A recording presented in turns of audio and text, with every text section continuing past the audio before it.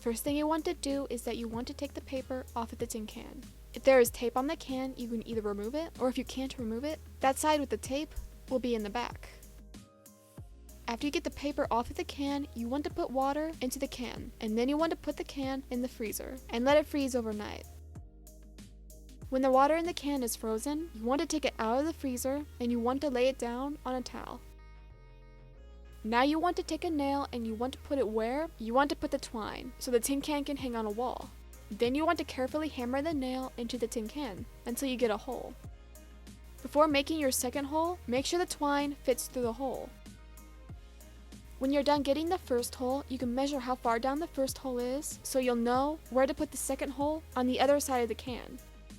Then you want to measure where the second hole will go on the other side of the can, and then you can make another hole just like the first one. When you're done making the holes, you want to put the can underwater and wait for the ice to melt, or you can wait until the ice shrinks and you can pull the ice out of the can. Then you want to dry off the can before painting it. Now you can spray paint the can any color that you want, and when you're done painting the can, you need to wait for it to dry. I painted my can copper. When the paint is dry, you can take a piece of twine and you want to run the twine through the outside of the can.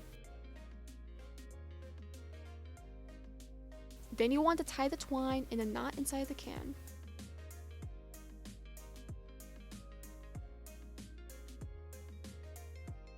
You also want to make sure the knot's big enough so it doesn't come out of the hole by pulling it from the outside of the can.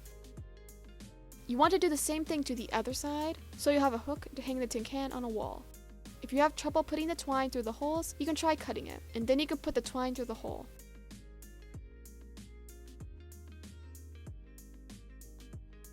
The last thing you have to do is that you want to put fake flowers or plants into the tin can. You can also put plants that don't need a bunch of water into the tin can. And when you're done with your planter, you can put it onto the wall or wherever you would like. And that's how you make this tin can hanging planter. In the comments down below, let me know what you think about this DIY, and if you like this video, give this video a thumbs up and subscribe to see more DIYs. I will see you in the next video. Bye!